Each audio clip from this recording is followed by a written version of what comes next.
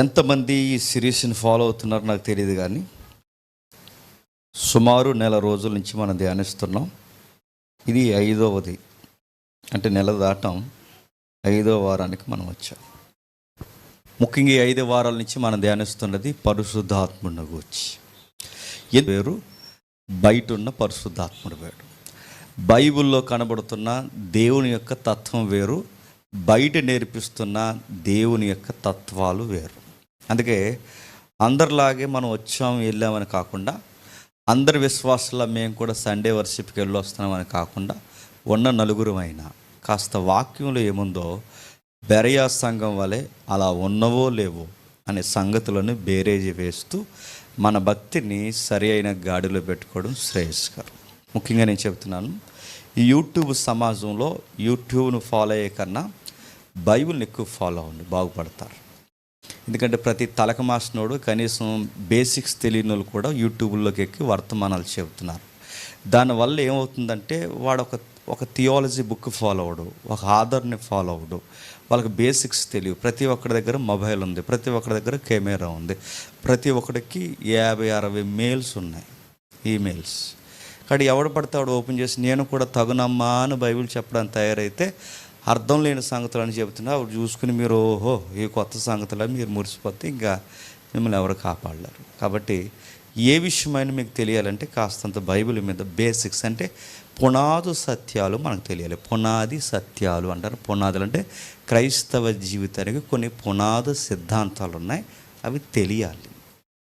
ఆ పునాదులు తెలియకపోతే ఏమవుద్దంటే ఒకడు అట్టిపండు మంచుతానంటాడు, మరొకడు ఏమంటే విగ్రహం దగ్గర పెట్టిన అట్టిపండు తింటానంటాడు. అర్థమవుతుందో లేదు? 2 వారాల్లో జరిగిన తంతు కార్యక్రమం అంతా. ఒక ఆయనేమో అరటిపండ్లు అమ్ముతాను అంటున్నాడు, మరొక ఆయన ఏమంటున్నాడంటే విగ్రహాల దగ్గర పెట్టిన అరటిపండు తిన్నా ఏమి కాదు, తిను ఏం కాదు చూద్దు కానీ తిను. ఇది ఎలా ఉంటుందో తెలుసా? రాను రాను ఎందుకు ఇలాంటి జటిలమైన నాసిరకమైన ఇలాంటివి పేలమైన బోధలు ఎందుకు వస్తున్నాయంటే బేసిక్స్ తెలియకపోవడం వల్ల, మౌలికమైన సిద్ధాంతాలు. అందుకే పునాదులు బాగున్నాయనుకోండి, కన్స్ట్రక్షన్ బాగుంటుంది. అందుకే మన సంఘంలో చాలా చాలా నిగూఢమైన సత్యాలు మనం మాట్లాడుకుంటాం. అర్థమైన వారు ధన్యులు, అర్థం కాకుండా ఏదో కాళీయాపనకు వచ్చి వెళ్ళిపోయిన వారు వాళ్ళ ఆత్మలకు వారి ఉత్తరవాదులు. అందుకే కనీసం నలుగురైన ఈ సిద్ధాంతాల్లో బలంగా ఉండగలిగితే నెక్స్ట్ జనరేషన్కి కాస్తంత సత్యాన్ని మనం అందించగలం మన లోకాటాలో. కాబట్టి ఆలోచిద్దాం. గతించిన వారం ఎంతమంది మరి విన్నారో నాకు తెలియదు, కానీ గతించిన వారం 4వ భాగంలో పరిశుద్ధాత్ముడు అంటే ఏంటి అన్నప్పుడు ఆయన గూర్చి కొన్ని విషయాలు మనం గంభీరంగా నేర్చుకున్నాం. ఏమి నేర్చుకున్నాం? జీవం లేని దగ్గర జీవాన్ని తెచ్చాడు. ఎక్కడ జీవం లేదు? ఈ విశ్వం యొక్క మూలాలలో, మౌలికమైన మూలాలలో జీవం లేదు. జీవం లేని ఈ విశ్వంలోనికి జీవం తెచ్చింది ఎవరు? పరిశుద్ధాత్మ. నెక్స్ట్, భూమి కలుగునగాక, వెలుగు కలుగునగాక, ఆకాశము కలుగునగాక, నక్షత్రములు కలుగునగాక. ఈ కలుగునగాక అని ఆదికాండంలో దేవుడు మాట్లాడుతున్నాడంటే శూన్యంలో తనలో తాను మాట్లాడుకోవట్లేదు ఆయన. అంటే మనం అప్పుడప్పుడు మనం గోళ్ళ వైపు చూసి, నేల వైపు చూసి, గాల్లో చూసి మాట్లాడతాం చూసారా? అలా మాట్లాడట్లేదు ఆయన. మాట్లాడుతున్నారంటే ఈ స్పేస్ స్టార్టింగ్లో ఎవరున్నారు? ఒకరు సంచరిస్తున్నారు. ఎవరు సంచరిస్తున్నారు? పరిశుద్ధాత్మ దేవుడు సంచరిస్తున్నాడు. ఆయనకు చెబుతున్నాడు భూమి కలుగునగాక, ఆకాశ విశాలమందు జ్యోతులు కలుగునగాక. అంటే డిస్కషన్ జరుగుతుంది, క్రియేషన్ జరుగుతున్నప్పుడు. అంటే ఈ జీవం లేని దగ్గర, గ్రహాలు లేని దగ్గర, అసలు విశ్వం అనే పదం లేని దగ్గర విశ్వాన్ని క్రియేట్ చేయడానికి వెనక క్రియేటర్గా మరొక క్రియేటర్ మనకు కనబడుతున్నాడు, ఆయనే పరిశుద్ధాత్మ దేవుడు. ఇది మొదటిది. రెండవది, చీకటి మీద వెలుగు కలుగునగాక. అంటే చీకట్లో వెలుగు వచ్చింది, ఆకారం లేని దగ్గర ఆకారం వచ్చింది. ఇంకా ఏం చూసాం? పాపం విషయంలో మనం పొరపాటు చేసినప్పుడు మన పక్షాన ఆయన నిలబడి కాస్త ఒప్పుకోలిస్తాడని చూసాం. ఇంకేం చూసాం? మన ప్రయాణాలు అంటే ఆ రోజు వాళ్ళ ఐగుప్తిలో నుంచి మన పితరులు ఇశ్రాయేలు ఐగుప్తిలో నుంచి కానాను భూభాగానికి వారు బయలుదేరి వెళుతుండగా వెనక ఫరో ఎదురు ఎర్ర సముద్రం ఉన్నప్పుడు ఎర్ర సముద్రాన్ని అడ్డు లేకుండా పాయలు చేసేసింది ఎవరు అంటే రుహక్. అంటే మనం ఆలోచించాం, ఆత్మకు వాడే పదం ఆయనే పరిశుద్ధుడు. అంటే ఎర్ర సముద్రాన్ని పాయలు చేసింది ఎవరు? తూర్పు గాలనుంది 14 అధ్యాయం. 15 అధ్యాయంకి వచ్చేసరికి దేవుని యొక్క ఊపిరి చేతనం, దాన్నే రుహక్ అన్నారు. దాన్ని అంటే దేవుని ఊపిరి. రుహక్ అనే పదాలు ఎవరికి? దేవుని కుడి హస్తము, దేవుని కుడి వ్రేలు, దేవుని వ్రేలు, దేవుని చెయ్యి. ఈ పదాలన్నీ ఎవరికి ఉపయోగించారు? దేవుని ఆవేశం, దేవుని ఊపిరి. ఇది ఎవరికి ఉపయోగించారంటే పరిశుద్ధత. అంటే ఎర్ర సముద్రాన్ని పాయలు చేసిన దేవుని ఊపిరి ఎవరు? పరిశుద్ధాత్మ దేవుడు. అంటే అర్థమైనట్టుంది, కొంచెం అర్థం కాకపోతే ఒక ఉదాహరణ చెప్తాను. ఆడు నా కుడి భుజం అండి అంటారు. అంటే ఏంటి? భుజంలాగా వెనకాల తిరుగుతాడని కాదు. భుజం అంటే ఆడు నా బలం అని. అంటే ఆడు భుజం సేపు ఉంటుందని కాదు, ముక్కు ముఖం అంతా ఏకమైపోయి ఆడు నా కుడి భుజం అండి, వాళ్ళిద్దరూ నా 2 కళ్ళు అండి. అంటే కళ్ళు అంటే కళ్ళులాగే ఉంటారని కదా ఎంతంత. అంటే దాని పోలిక అంటారు. అలాగే పరిశుద్ధాత్ముడిని దేవుని చెయ్యి, దేవుని హస్తము, దేవుని వ్రేలు, దేవుని ఊపిరి, దేవుని ఆవేశం, ఈ పదాలన్నీ ఆయనకు ఉపయోగిస్తున్నారంటే దేవుని యొక్క చిత్తాన్ని క్రియారూపంగా మార్చడంలో కీలక పాత్ర ఎవరిది చెప్పండి? పరిశుద్ధాత్ముడిది కూడా. కూడా అన్న పదం మర్చిపోద్దు, పరిశుద్ధాత్ముడిది కూడా. కాబట్టి ఈ పరిశుద్ధాత్ముడు ఏ పాత్ర పోషించడం ఆలోచించి ఎర్ర సముద్రాన్ని పాయలు చేశాడు. ఇంకా ఏం చేశాడు? దేవాలయం కన్స్ట్రక్షన్ జరుగుతుందంటే సొలొమోను మందిరానికి నిర్మాణకర్తలు కావాలి. సొలొమోను మందిరాన్ని కట్టడానికి ఆర్కిటెక్చర్ డిజైనర్స్ ఎవరిని తీసుకుంటారు? మోయాబీలను తీసుకుంటారా? అమోనీలను తీసుకుంటారా? పెరిజీలను తీసుకుంటారా? వీళ్ళు ఎవరిని తీసుకోకూడదు, తీసుకోలేదు. మరి ఎవరిని తీసుకున్నారు? వారు ఎవరిని తీసుకున్నారంటే ఉల్లిపాయలు దీన్ని ఇటుకలు చేసుకుని ఏ ఎడ్యుకేషన్ డిపార్ట్మెంట్లో ఏ నైపుణ్యత లేని ఇశ్రాయేలీల్లో చేతగానోల్ని నిపుణత కలిగిన నాయకులుగా మార్చింది ఎవరు? పరిశుద్ధాత్ముడు. ఇంకా చేతగాని 70 మందిని, చేతగాని నాయకులు. అంటే నాయకత్వం అంటే తెలియదు వాళ్ళకి. ఐగుప్తులు ఇటుకలు చేయడం, సాయంత్రం వచ్చి ఉల్లిపాయ కూర వేసుకుని భోజనం చేయడం తప్ప వాళ్ళకి ఏం తెలియదు. అలాంటి వాళ్ళని నాయకులుగా మార్చింది ఎవరు? పరిశుద్ధాత్ముడు. ఇక్కడి వరకు మనం చూసాం. ఇప్పుడు కొన్ని సంగతులు మనం చూడబోతున్నాం.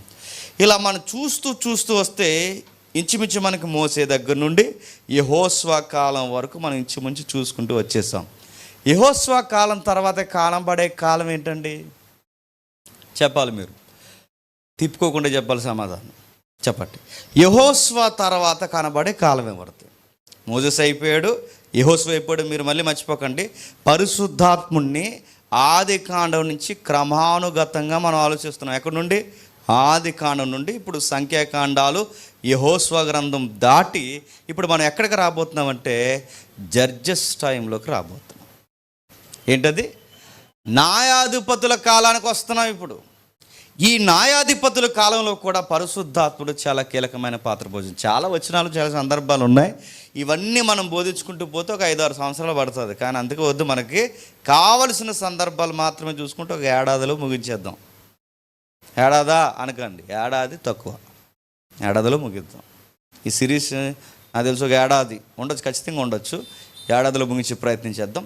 వస్తున్నాం. ఇప్పుడు న్యాయాధిపతుల కాలానికి వచ్చాం. ఏం జరుగుతుంది న్యాయాధిపతుల కాలం? ఇశ్రాయేలుకి వాగ్దాన భూభాగాన్ని దేవుడు ఇచ్చాడు. ఏమిచ్చాడు? మోసే చనిపోయాడు కదా, దగ్గరకు ఎదిగలారా మోసెస్ చూడు భూభాగాన్ని అనగానే చూశాడు. బాగుంది కదా, బాగుంది, నువ్వు వెళ్ళు అన్నాడు. ఏ ప్రభువా అని అడిగితే మోసే గారు కొంచెం మాట్లాడవయ్యి అంటే బండను ఏం చేశాడు? కొట్టాడు. అలా ఎలా అంటే దాని మళ్ళీ థియలాజికల్ స్టడీ ఉందండి. ఆ బండ ఎవరికి గుర్తు? క్రీస్తు గుర్తు. ఆ నీళ్ళు ఇచ్చే బండ ఎవరు? క్రీస్తు. కాబట్టి క్రీస్తుని ఒక్కసారి సిలువేయాలి, మళ్ళీ సిలువేస్తానంటే అది వ్యతిరేకత అన్నదాని గుర్తుగా ఆత్మీయ అర్థాలు ఇస్తారు. అందుకు నువ్వేమేవంటే నువ్వు కానాను భూభాగానికి వెళ్ళవు. ఆగిపోయాడు ఆయన. బాగుంది ప్రభు అని ఆయన చూసిన ఏరియా కూడా ఆ రోజుల్లో మోసే గారు చూసిన ఏరియా ఏంటంటే ఎరుకో పరిసర ప్రాంతాలు చూస్తాడంటే అక్కడ దగ్గరగా టచ్ అయ్యే ప్రాంతాలు అవి. అక్కడ ఆగిపోయాడు ఆయన. ఆగిపోయిన తర్వాత నాయకత్వాన్ని కొనసాగించింది ఎవరు? యెహోషువ గారు. ఆయన ఎలా కొనసాగించాడు? ఆయనకు కూడా అంటే మోసేని నడిపించిన పరిశుద్ధాత్ముడే చెప్పండి యెహోషువను కూడా నడిపించాడు. యెహోషువ కాలం కూడా ముగిసిపోయింది, నాయకులు వెళ్ళిపోయారు. ఇప్పుడు యెహోషువ కాలం ముగిసిపోయిన తర్వాత పబ్లిక్ ఎలా తయారయ్యారంటే యెహోవాని ఎరుగని తరాలు పుట్టుకొచ్చాయి. మీరు న్యాయాధిపతులు చదువుతున్నప్పుడు ఎక్కువ కనబడే పదం ఏంటో తెలుసా? యెహోవా ఎదుట ఇశ్రాయేలు చెడు నడతను నడిచిరి అని. రిపీటెడ్గా వర్డ్ కనబడుతుంది. మీరు చూడండి, పదే పదే ఇశ్రాయేలీలు యెహోవా ఎదుట చెడు నడత కలిగి జీవించిరి, చెడు పనులు చేసిరి, చెడు కార్యములు చేసిరి. అంటే ఇశ్రాయేలు దేవుని ఎదుట ఎందుకు చెడు నడతలు నడిచారు? నాయకులు తగ్గారు. మోజెస్ ఉన్నంతకాలం ఎప్పటికప్పుడే రెఫరెన్స్ స్టార్ట్ అయ్యేది, ఫైట్ చేసేవాడు. యెహోషువ వెళ్ళాడు. ఇప్పుడు యెహోషువ వెళ్ళిన తర్వాత నాయకులు కావాలి. నాయకులు లేని ప్రజలైనా, కాపర్ లేని ప్రజలైనా ఎలా తిరుగుతారు చెప్పండి? కట్టు లేక తిరుగుతారని చెప్పింది బైబిల్. కట్టు అంటే ఇక అడ్డు అదుపు ఉండదు, అడిని అడిగేవాడు ఎవడు ఉండడు. ఇక అడిగేవాడు ఎవడు లేకపోతే చెలరేగిపోతారు. ఇప్పుడు మీరు కూడా, నేను ఈ మాట అంటున్నాను, ఇబ్బంది పడకండి. ఇక్కడ పేరెంట్స్ లేరు, మీరు చదువుకోవడానికి వచ్చారు. ఇందులో చాలామంది తమ్ముళ్ళు పేరెంట్స్ మీకు దగ్గరగా లేరు, మీ ఊరు దగ్గరగా లేదు, మీ పెద్దల దగ్గరగా లేరు. ఇప్పుడు మీరు కాస్తంత భయము భక్తి కలిగి ఉన్నారంటే దేన్ని బట్టి ఉన్నారు చెప్పండి? కాస్త ఈ సంఘానికి వచ్చిపోతున్నారు కాబట్టి ఉన్నారు. లేకపోతే చెప్పిందే చెప్పరా, పాసిబుల్ దానయ్య అని చెప్పండి. ఈ గాలోలు చేసిన పనులన్నీ మీరు చేసుకుంటూ తిరగరా చెప్పండి? ఖచ్చితంగా. ఎందుకంటే అది ట్రెండ్, అది ఖచ్చితంగా ఫాలో అవుతారు. సండే వస్తే చక్కగా సినిమాకి పోతారు, మండే నుంచి సాటర్డే వరకు చదువుకుంటారు, మళ్ళీ సండే పోతారు. ఈ లోపల ఏ గాలి అయినా తగిలితే ఒక లవ్ స్టోరీ అంటారు, ఉన్న చదువు అంతా గాలికి పోతే ఇంకా అంతే, డ్రైనేజీలో పడిపోయి ఏదో రోజు పురుగుల మందు చచ్చిపోతారు, అంతే లైఫ్. ఇంకా ఇదేం జరగకుండా మీరు ఏం నడుతున్నారు? ఎందుకు జరుగుతాయంటే ఎక్కడ ఫ్రీడమ్ ఎక్కువ ఉంటుందో, ఎక్కడ నాయకత్వం లోపిస్తుందో, ఎక్కడ పెద్దరికం లోపిస్తుందో, ఎక్కడ గద్దింపు దేవుని భయం లోపిస్తుందో జనులు కట్టు లేక తిరుగుతున్నారు. న్యాయాధిపతుల కాలం వచ్చేసరికి. ఎందుకంటే యెహోషువ వెళ్ళిపోయాడు. ఇశ్రాయేలుకు ఉండే దరిద్రమే అది. దేవుడు కంట్రోల్లో పెట్టాలి, ఎందుకంటే ఆయన తండ్రి కదా. తండ్రి అనగానే మళ్ళీ ఈ తండ్రి వేరు, ఇంకా చాలా తండ్రులు ఉన్నాను కానీ, ఎందుకంటే గాలిలు కొన్ని మాట్లాడుతున్నారు, వాళ్ళ తండ్రి వేరు మన అలా ఉండదు, అందరికీ ఒకటే తండ్రి. ఇప్పుడు భూమి మీద మీ తండ్రి వేరు, నా తండ్రి వేరు అవ్వచ్చు, కానీ గుర్తుపెట్టుకోండి, విశ్వాన్ని కలిగించిన ఈ మానవులందరికీ ఒక తండ్రి ఉంటాడు, ఇద్దరు ముగ్గురు ఉంటారా? అందుకు 4 భూములు ఉన్నాయా? బేసిక్స్ తెలియకపోతే ఇలాంటి మాటలు వస్తాయి, గుర్తుపెట్టుకోండి. సరే వదిలేయండి. ఒక్కడే తండ్రి ఉన్నాడు. ఈ తండ్రి ఈ పిల్లలు విగ్రహాల వైపుకి, అన్య ఆచారాల వైపు తిరిగినప్పుడు ఏం చేశాడంటే వ్యాధుల చేత మొత్తాడు. మీకు న్యాయాధిపతులు ఈ పేజీలు మీకు కనబడతాయి. వ్యాధుల చేత మొత్తాడు, కరువు చేత మొత్తాడు, పొరుగు రాజులను, అన్య రాజులను తీసుకొచ్చి దిబిడు కొట్టాడు. వాళ్ళు సరిగ్గా ఎప్పుడైతే వాళ్ళకి దెబ్బలు తగిలాయో మళ్ళీ వీళ్ళు ఏం చేసేవారు? దేవా, తప్పు అయిపోయింది ప్రభా, తండ్రి తప్పు అయిపోయింది తండ్రి, మమ్మల్ని క్షమించు, మరలా మమ్మల్ని మార్చని అడిగేవారు. మళ్ళీ ఏదో ఒక నాయకుడిని ఇచ్చేవాడు. మళ్ళీ వీళ్ళు ఏం చేశారంటే మళ్ళీ తప్పు చేశారు. అంటే వీళ్ళకి పనిష్మెంట్ వచ్చేసరికి, అంటే వీళ్ళకి శిక్ష వచ్చేసరికి తప్పు అయిందని అడుగుతున్నారు తప్ప మాకు ఆత్మీయ లోపం ఉంది అని మాత్రం చెప్పండి ఒప్పుకోలేదు. అది ఇశ్రాయేలు పొరపాటు. సరే, పదే వీళ్ళు ఏం చేస్తారంటే ఇలా ఉంటారో అలా తిరుగుతారు, ఇలా ఉంటారో అలా తిరుగుతారు, ఇలా ఉంటారో అలా తిరుగుతారు. వీళ్ళు సరిగ్గా లేనప్పుడు వీళ్ళని గైడ్ చేయడానికి వ్యాధులు పంపించాడు, ఇంకా బాధలు పంపించాడు, అన్యులు పంపించాడు, కరువు పంపించాడు. ఎన్ని పంపించినా పనిష్మెంటే కాదు, ఆ తప్పేంటో చెప్పి ఒక నాయకుడు కావాలి. అందుకు ఒక నాయకుడిని కూడా పంపించాడు. ఇప్పటి నుంచి జడ్జెస్ టైం స్టార్ట్ అవుద్ది. ఏం స్టార్ట్ అవుతుంది చూడండి ఒకసారి. న్యాయాధిపతుల గ్రంథం 3వ అధ్యాయం. న్యాయాధిపతుల గ్రంథం 3వ అధ్యాయం. చాలా జాగ్రత్తగా వినాలి, చాలా జాగ్రత్తగా రాసుకోవాలి. ఒక మంచి విషయాన్ని మనం నేర్చుకుంటూ తర్వాత తరాలకి ఎంతో కొంత మనం అందించాలి. చూద్దాం. న్యాయాధిపతుల గ్రంథం 3వ అధ్యాయం మొదటి 4 వచనాలు చూద్దాం. ఇశ్రాయేలీలకును కానానీయులకును జరిగిన యుద్ధములన్నిటినీ చూడని వారినందరినీ శోధించి ఇశ్రాయేలు తరము వారికి, అనగా పూర్వమా యుద్ధములను ఏమాత్రము చూడని వారికి యుద్ధము చేయ నేర్పించినట్లు యెహోవా వండనిచ్చిన జనములు ఇవే: ఫిలిస్తీల 5, సర్దాల జనులను, కనానీలందరూ, సిదోనీలును, బైరహేలేము మొదలుకొని ఆమాతునకు పో మార్గము వరకు లెబనోను కొండలో నివసించు హివ్వీలను యెహోవా మోసే ద్వారా తమ తండ్రులకు ఇచ్చిన ఆజ్ఞలను వారు అనుసరింతురో లేదో తెలుసుకున్నట్లు ఇశ్రాయేలీలను పరిశోధించుటకే ఆ జనాల్ని వండనిచ్చాడు. కాస్త బైబిల్ చరిత్ర తెలుసు కదా మీకు, తెలుసనే నేను నమ్ముతున్నాను. తెలియదంటే మళ్ళీ హిస్టరీలోకి పోతాం. తెలుసు కదా, తెలుసు, ఓకే. బైబిల్ చరిత్రలో మీరు గమనించండి, అంతకుముందు 430 సంవత్సరాలు ఎక్కడున్నారండి? ఐగుప్తులో ఉన్నారు. ఇప్పుడు ఐగుప్తు నుంచి కొత్త దేశం వచ్చారు. ఈ ఐగుప్తు నుంచి కొత్త భూభాగానికి 430 సంవత్సరాల తర్వాత వీళ్ళు వచ్చిన తర్వాత సరిగ్గా వాగ్దాన భూభాగాన్ని ఇస్తానని ఎవరి దగ్గర నుంచి చెప్పడం స్టార్ట్ చేశాడు? ఇంకా పెద్ద ఆయన చెప్పండి. అబ్రహాం దగ్గర నుంచి చెప్పడం స్టార్ట్ చేశాడు. అంటే మీ పిల్లలకి ఒక వాగ్దాన భూభాగం ఇస్తాను, తమ దేశంగానే అన్యుల ఎదుట నీ సంతానం సుమారు 400 సంవత్సరాలు బానిసలుగా ఉంటారు. 400కు ఇంకో 30 ఎక్కువైంది. ఆ 30 ఎందుకు ఎక్కువైందో తర్వాత విషయం. ఈ 430 సంవత్సరాలు నీ పిల్లలు బానిసలుగా ఉన్నారు. అంటే అబ్రహాము దగ్గర నుంచి వాగ్దాన భూభాగాన్ని ఇస్తానన్నవాడు మొత్తం ఖాళీ చేసి ఇవ్వాలిగా. అన్ని జాతులు ఎవరైతే ఉన్నారో, భయంకరమైన అన్య జాతీయులు ఎవరైతే ఉన్నారో అందరిని ఖాళీ చేయాలిగా. అందరినీ ఖాళీ చేయలేదట, కొందరిని వండించాడంట.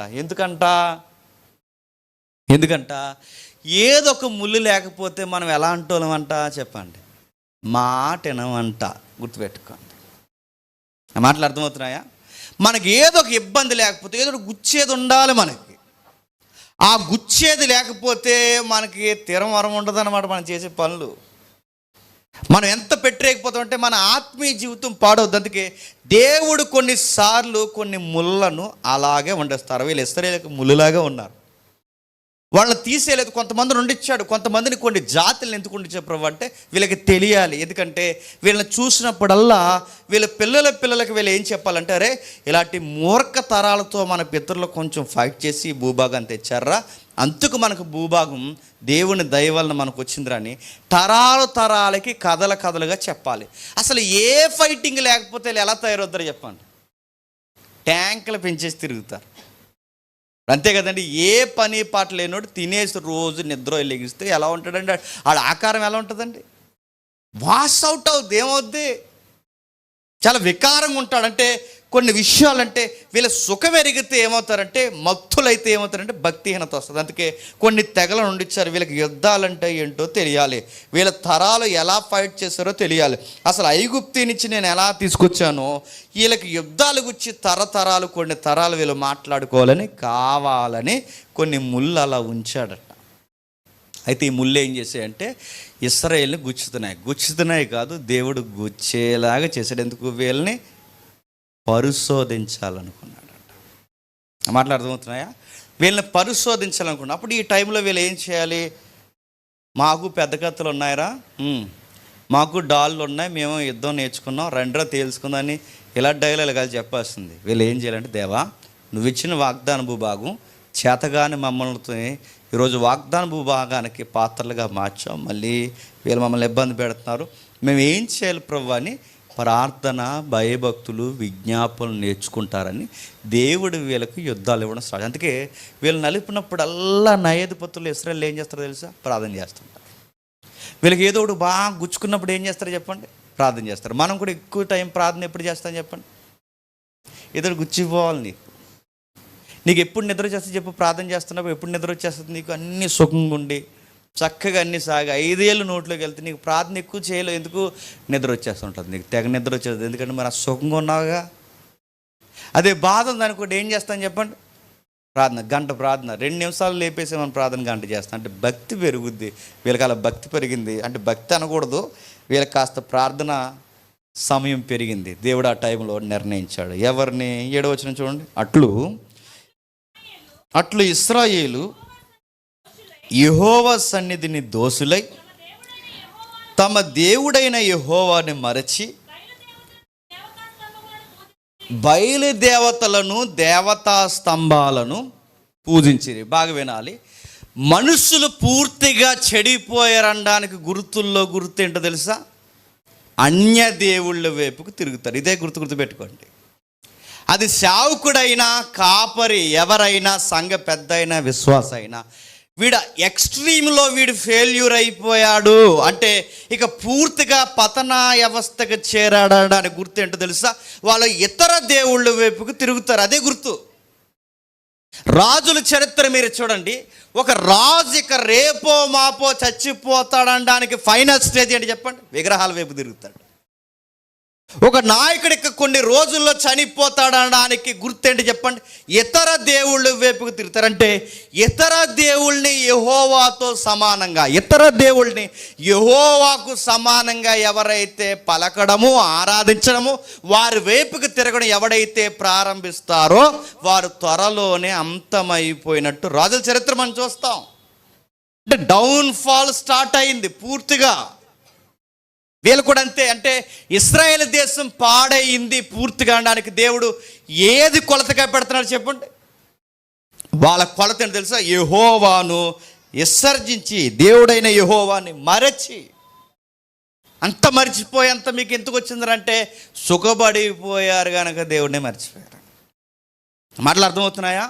సుఖపడిపోయారు కనుక, సుఖమెరిగారు కనుక ఇతర దేవుళ్ళతో తిరిగారు. నేను మళ్ళీ చెప్తున్నాను, రాజుల చరిత్రలో అయినా, న్యాయాధిపతి చరిత్ర అయినా, చరిత్రలో సంఘ చరిత్రలో అయినా ఎవరైనా దేవుణ్ణి విడిచి ఇతర దేవుళ్ళు దేవతల వైపుకి తిరిగితే పతనం అయిపోతుంది. ఇక లాస్ట్ స్టేజ్ అన్నమాట. సౌలు చరిత్ర మీరు చదవండి ఇంటికి వెళ్ళిన తర్వాత. సౌలు ఎప్పుడు చచ్చిపోయాడు చెప్పండి? కర్ణపిశాచి తంత్రములు ఎరిగిన స్త్రీని సంపాదించాడు లేదా సంప్రదించాడు. నెక్స్ట్ దేవుని యొద్ద విచారణ చేయాల్సిన ఇతర దేవుళ్ళ దగ్గర విచారణ చేయడం మొదలెడు. పతనం అయిపోయాడు అంతే. నేను ఎందుకు ఈ సందర్భం చెప్తున్నానంటే అందరు దేవుళ్ళతో ఎవరిని కలుపుతున్నారండి? యేసుక్రీస్తు వారిని కలుపుతున్నారు. అందుకు నేను చెప్తున్నాను, అందరు దేవుళ్ళో దేవుడు కాదని నేను మళ్ళీ చెప్తున్నాను. అందరు దేవుళ్ళ కాదు, ఆయనే దేవుడు. గుర్తుపెట్టు. నేనే అన్నాడు అంతే. నేనే దేవుడు ఆయన. మరి వాళ్ళు ఉన్నారుగా అంటే అనబడ్డారు. వాళ్ళు ఉన్నవేంటో, ఆ ఆకారాలు ఉన్న వెనకాలన్నవేంటో, ఆ పుక్కిట పురాణాలన్నీ ఏంటో మన చరిత్రలో గతంలో విన్నాం. సుమారు 7 సిరీస్ 9 సిరీస్ మనం విన్నాం. దృశ్యలోకము అదృశ్యలోకం అన్న శీర్షికలో విన్నాం.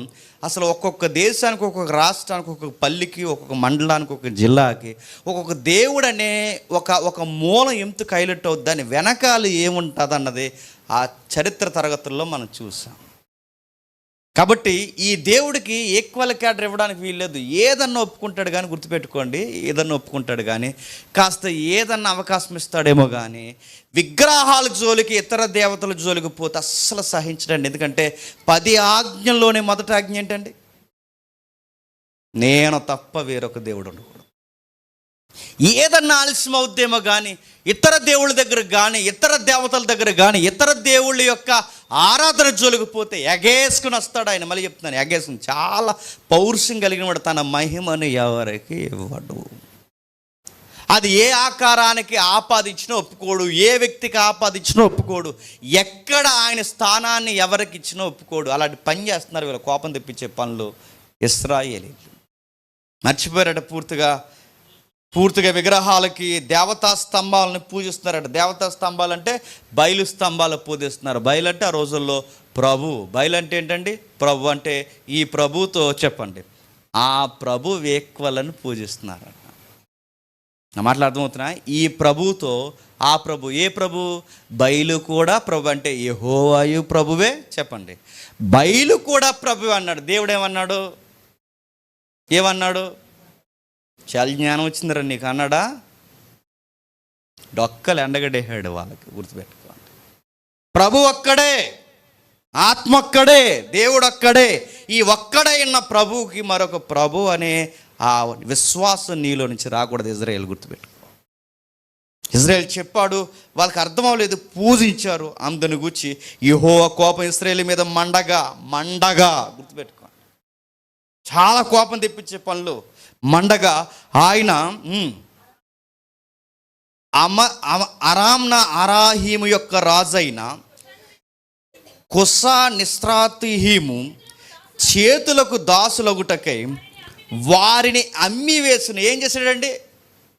అమ్మేస్తాడు ఆయన, కాదని తిరిగితే. గుర్తుపెట్టుకోండి, వదిలేస్తాడు. ఆయన వదిలేస్తే కొట్టక్కరొద్దు, తిట్టక్కరొద్దండి. వేరొకరు వచ్చి మన జీవితాల మీద అజమాయిషీ చేయడం స్టార్ట్ చేస్తారు. అదే గుర్తు. ఇక దేవుడు మనల్ని వదిలేశాడు అనడానికి గుర్తు తెలుసా? వేరొకరు వచ్చి, అంటే దేవుడిని ఎరగని వారు, అన్యులు వచ్చి నిన్ను గైడ్ చేయడం మొదలెడతారు. వదిలేశారు ఇశ్రాయేలుని, దేవుడు వదిలేశాడు, కొట్టడం స్టార్ట్ చేశాడు. ఇశ్రాయేలు 8 సంవత్సరాలు ఆ రాజు కింద దాసులు గుండ్రి ఇశ్రాయేలులో యెహోవాకి మొరపెట్టగా, కాలేబు తమ్ముడైన కనాజు యొక్క కుమారుడగు ఒత్నీయేలుని రక్షకునిగా ఇశ్రాయేలు కొరకు నియమించి వారిని రక్షించెను. యెహోవా ఆత్మ అతని మీదికి వచ్చెను గనక అతడు ఇశ్రాయేలీలకు న్యాయాధిపతి అయి యుద్ధమునకు బయలుదేరగా యెహోవా, ఆగదాం, ఆ పేర్లు కూడా మనకి ఎందుకులేండి, ఆగదాం. ఆ జరుగుతున్న విషయం చూడండి. ఒక రాజుకి అప్పగించేశాడంటే వీళ్ళ అన్య దేవతల వైపుకు తిరిగితే దేవుడు ఏం చేశాడు? అన్య రాజులకు అప్పగించేశాడు. అరే, మీకు వాళ్ళే నచ్చారు కనుక, ఆచారాలు నచ్చాయి కనుక, అవే మీకు బాగా నచ్చాయి కనుక పొండరా, మీరు నా దగ్గర ఎందుకు పొండి. అసలు ఐగుప్తిలో మీరు కలిసిపోకూడదనే ప్రత్యేక దేశాన్ని ఇచ్చాను, ఐగుప్తి లాంటి ఆచారాలు ఉండకూడదనే కొత్త రాజ్యాంగం ఇచ్చాను. అసలు మీకు ప్రత్యేకమైన రాజ్యాంగము, ఆజ్ఞలు, నాయకులు మీకు ఇస్తే మళ్ళీ మీరు పొరుగులు చేసిన పనులే చేస్తున్నారు. ఇంకేం చేస్తాను? పొండి వాళ్ళ దగ్గరికి. సంఘమైన ఇశ్రాయేలు సంఘమైన, అంటే క్రొత్త నిబంధన సంఘమైన ఇశ్రాయేలు సంఘమైన ఈ లోకానికి ప్రత్యేకంగా ఉండాలి. గుర్తుపెట్టుకోండి. చాలామంది ఈ మధ్య పొరపాటు ఏమనుకుంటున్నారంటే, మరి ఇండియాలో బతుకుతున్నా కూడా కొన్ని కల్చర్లు పాటించాలంటే నాగరికత వేరు, విగ్రహాచారాలు వేరు. ఈ క్లారిటీ తెలియాలి రయ్యా. నా మాటలు అర్థమవుతున్నా లేదో? నాగరికత వేరు, విగ్రహాచారాలు వేరు. నాగరికతలో కూడా విగ్రహాచారం లింక్ అయి ఉంటే ఆ నాగరికతను కూడా మనం ఏం చేయకూడదు చెప్పండి? పాటించకూడదు. అంటే ఎలాంటివి అంటే చాలా ఉన్నాయి కొన్ని విషయాలు, సున్నితమైన విషయాలు, వాటి జోలికి పోకూడదు. ఎందుకంటే విగ్రహాచారాలు, నమ్మకాల జోలికి వెళ్ళిపోతే ఊరుకోండి. మళ్ళీ చెప్తున్నాను, దయచేసి వీటిని ఫాలో అవడానికి ప్రయత్నం చేయకండి. ఈ దేవుళ్ళ జోలికి, ఆరాధన జోలికి, ఆ బలిపీఠాల మీద పెట్టిన ప్రసాదాల జోలికి పోవద్దు. నేను మళ్ళీ చెప్తున్నాను, వీళ్ళు చేసిన పొరపాటు అదే. నలిపేశాడు, రుద్దేశాడు, వాళ్ళని ఎంత కోపాన్ని వాళ్ళ మీద కుమ్మరించాడు. సుమారు 1 సంవత్సరం కాదు, 2 సంవత్సరాలు కాదు, ఎన్ని సంవత్సరాలు అండి? 8 సంవత్సరాలు వాళ్ళని రుద్దేశాడు. 8 సంవత్సరాలు మాటలండి, 8 సంవత్సరాలు వాళ్ళు రుద్దా అంటే ఒక దశాబ్దపు కాలం దగ్గరగా వాళ్ళు నలిపేశాడు. అప్పుడు ఏడ్చాడు, దేవా అర్థమైంది, మాకు ఎందుకు ఈ పనిష్మెంట్లు వస్తున్నాయి, మాకు అర్థమైంది. మేము ఇతర దేవుళ్ళ వైపుకి తిరిగాం, ఆ ఇతర దేవుళ్ళను కూడా ప్రభువులు అంటున్నాం. ప్రభువులు అంటే బయలు అంటే ఏంటండి? ప్రభు అంటే నువ్వే మాకు ప్రభు, కానీ మా నోట అంటే ఏమొస్తుందంటే ఆ బయలు కూడా ప్రభువే అన్నాం మేము. అందుకు 10 సంవత్సరాల దగ్గరగా మేము ఎంత ఏడవాళ్ళు ఏడుస్తున్నాం, దయచేసి మమ్మల్ని రక్షించవయ్యి అంటే అప్పుడు దేవుడు వాళ్ళ మొరవిని ఒక కుమారుని పుట్టించి, ఆయనకి పేరు పెట్టాడు, తర్వాత పెడదు కానీ కుమారుని పుట్టించి, ఆ కుమారుని పుట్టించి ఏం చేశాడు చూడండి 9వ వచనంలో, ఒత్నీయేలుని రక్షకునిగా ఇశ్రాయేలు కొరకు నియమించిన ఆయన ఏం చేస్తున్నాడు చూడండి. యెహోవా ఆత్మ అతని మీదకి వచ్చినంటే, ఇప్పుడు ఇశ్రాయేలీని బాగా వినాలి. ఇశ్రాయేలీని రైట్ వేలో నడిపించాలంటే నాయకుడికి ఎవరు నడిపింపు ఉండాలి చెప్పండి? పరిశుద్ధాత్ముడు. అంటే పరిశుద్ధాత్ముడు నడిపింపు లేని దగ్గర ప్రజలు ఎటువైపుకి తిరుగుతారు చెప్పండి? చెప్పాలి, ఇంక నేను డైరెక్ట్గా అడుగుతున్నా, డైరెక్ట్ చెప్పండి. ఎక్కడ పరిశుద్ధాత్ముడు ఉండడో, ఎక్కడ ఆత్మ కార్యాలు జరగవో, ఆ సంఘాలు, నాయకులు, విశ్వాసులు, ఆ కుటుంబాలు, ఆ భక్తి జీవితాలు ఎటువైపు తిరిగితే తెలుసా? అందరు దేవుళ్ళలో ఈ దేవుడు కూడా ఒక దేవుడు అన్న లూజు మాటలు, పేల మాటలు, నాసి రకం మాటలు నోటంట వస్తాయి. ఎందుకంటే ఆత్మ లేనప్పుడు మనం దేవుడిని ప్రభు అని ఒప్పుకోలేం. ఇదే గుర్తు. వీళ్ళకి పరిశుద్ధాత్మ లేడు, ఇది తప్పు, ఇది ఒప్పు, ఇలా వెళ్ళకూడదు, ఇలా చేయకూడదు, దేవునికి ప్రతిగా మరొక దేవునికి స్థానం ఇవ్వకూడదు అని అర్థం కాకపోతే ఏమవుద్దంటే, ఇదిగో ఈ భయంకరమైన చర్యలు చేస్తారు. ఇది ఇలా అర్థం కావట్లేదంటే కారణం ఏంటంటే వాళ్ళ ఆత్మ కూడా ఏమని చెప్పండి? వదిలేశాడు. దేవుడు వదిలేశాడు, ఆత్మ కార్యాలు జరగట్లేదు, నాయకులు లేరు, పూర్తిగా పరిస్థితులు తారుమారైపోయే దేవుడికి దూరం అయిపోయారు.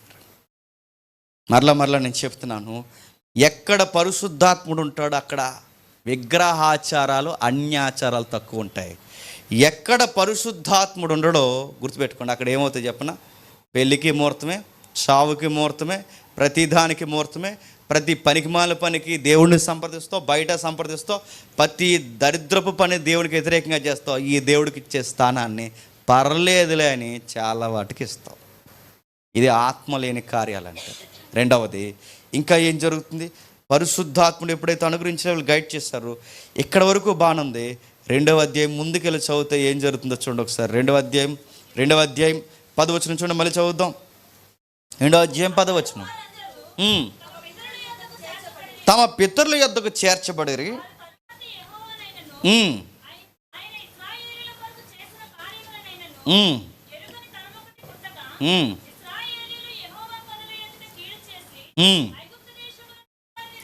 ప్రశ్న అడుగుతున్నాను, చెప్పండి. 10 చూసి చెప్పండి నాకు. ఆ తరము వారందరూ తమ పితరుల యొద్దకు చేర్చబడిరి. నెక్స్ట్ వచనం, ఆ పదం చదవండి. వారు తర్వాత యెహోవానైనను ఆయన ఇశ్రాయేలుకు చేసిన కార్యములైనను ఎరుగని ఒక తరము పుట్టగా. ప్రశ్న, ఇశ్రాయేలు దేవుణ్ణి ఎరుగని తరం ఎందుకు పుట్టిందండి? మిమ్మల్ని అడుగుతాను, చెప్పండి. దేవుణ్ణి ఎరగని తరం ఎందుకు పుట్టింది? వాళ్ళు ఎరుగని తరం పుట్టడం ఏంటి? అంటే దేవుడంటే తెలియని పిల్లలు దేవుని పిల్లలకు పుట్టడం ఏంటి? ఏదో జరిగింది. ఏం జరిగిందంటే కొంచెం చూద్దాం. ఐగుప్తి అనే దేశం నుంచి కొత్త దేశానికి వచ్చారు వీళ్ళు. కొత్త దేశానికి వచ్చినప్పుడు పరిస్థితులు ఎలా ఉంటాయండి? కొత్తగా ఉన్నాయి. కొత్త పరిస్థితులు, కొత్త దేశము, చుట్టుపక్కల ప్రజలు క్రొత్తగా ఉన్నారు, ఎన్నో విషయాలు ఉన్నాయి. ఈ క్రొత్త దేశంలో వీళ్ళు ఏమవుతున్నారంటే తలమునకలు అవుతున్నారు. ఎవరు? ఇశ్రాయేలు. ఇలా తలమునకలు అవుతున్నప్పుడు ఈ లైఫ్ని సెట్ చేసుకునే ఈ బిజీ లైఫ్లో వీళ్ళు ఏం చెప్పడం మానేశారంటే, చెప్పండి, యెహోవాను గురించి తమ పిల్లలకు చెప్పడం మానేశారు. మనం కూడా ఏం చేస్తున్నాం చెప్పండి? బిజీ అయిపోయాం. ఎక్కడ బిజీ అయిపోయాం చెప్పండి? ఈ లైఫ్లో చాలా బిజీ అయిపోయాం. ఉద్యోగాల్లో బిజీ అయిపోయాం, సంపాదనలో బిజీ అయిపోయాం, వండుకుని తినడంలో బిజీ అయిపోయాం, బట్టలు వేసుకోవడంలో బిజీ అయిపోయాం, కార్యక్రమాలు పెళ్ళిళ్ళకి వెళ్ళడంలో బిజీ అయిపోయాం. బిజీ అయిపోయి ఒక గంట టైం కూడా దేవుని కోసం పిల్లలకు చెప్పాలన్న టైం కేటాయించలేనంత బిజీ అయిపోయాం. అంటే నెక్స్ట్ తరాన్ని మనం ఎలా తయారు చేస్తాం చెప్పనా? బైబిల్ ఉంటుంది, కానీ బైబిల్ దేవుని ఎరుగని తరాలు పుడతాయి. సండే స్కూల్కి పంపుతున్నామండి అన్నారట. సండే స్కూల్ ఎన్ని గంటలు కూర్చోబెడుతున్నారండి? లింగలింగమని 1 గంట కూర్చోబెడతారు.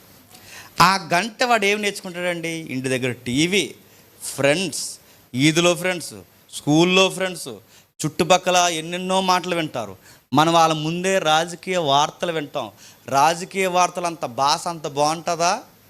చక్కగా వాళ్ళ ముందు వింటాం. అప్పుడప్పుడు చెత్త వార్తలు వింటాం. ఇరుగింటి ఎల్లమ్మ, పొరుగింటి పొల్లమ్మ, వీళ్ళందరూ వచ్చి చిన్నపిల్లలు ఉన్నప్పుడే చెత్త అంతా మాట్లాడుతుంటారు. అవన్నీ వింటారు.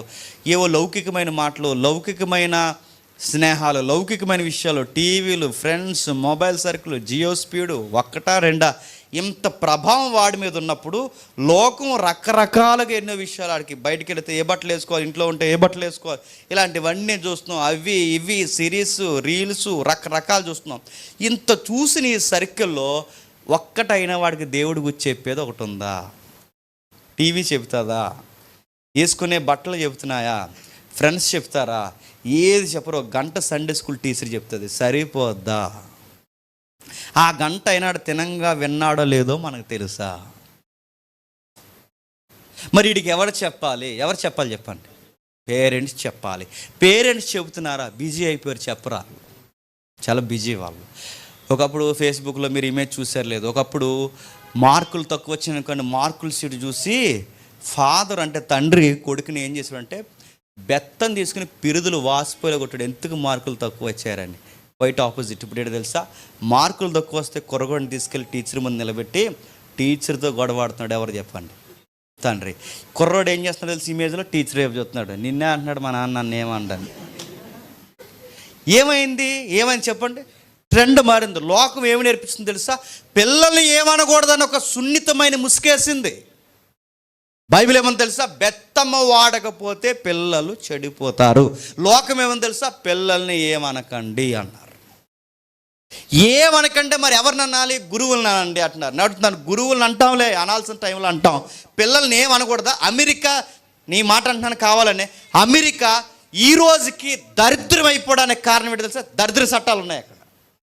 దరిద్ర చట్టాలు ఏంటి చెప్పండి? అక్కడ పిల్లల్ని ఏమనకూడదు, తల్లిదండ్రులు ఏమనకూడదు. ఏమనంటే వీడు ఫోన్ చేస్తాడు పోలీసులకి, మా నాన్న కొట్టాడండి స్కూల్కి వెళ్ళలేదని, రండి అనగానే జిబులేసి తీసుకుపోతారు వాళ్ళ నాన్నని.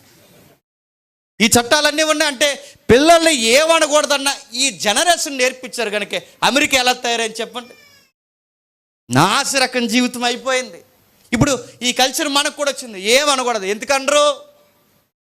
బెత్తము వాడకపోతే కుమారుడు చనిపోవడం ఉందండి. నిజానికి బెత్తం వాడితే చనిపోవాలి, బెత్తం వాడితే చనిపోవాలి. కానీ బైబిల్ ఏమంటుంది తెలుసా? బెత్తం వాడకపోతే చచ్చిపోతాడు. బెత్తం వాడకపోతే ఎలా చనిపోతారు? ఎలా చనిపోవడం ఏంటి?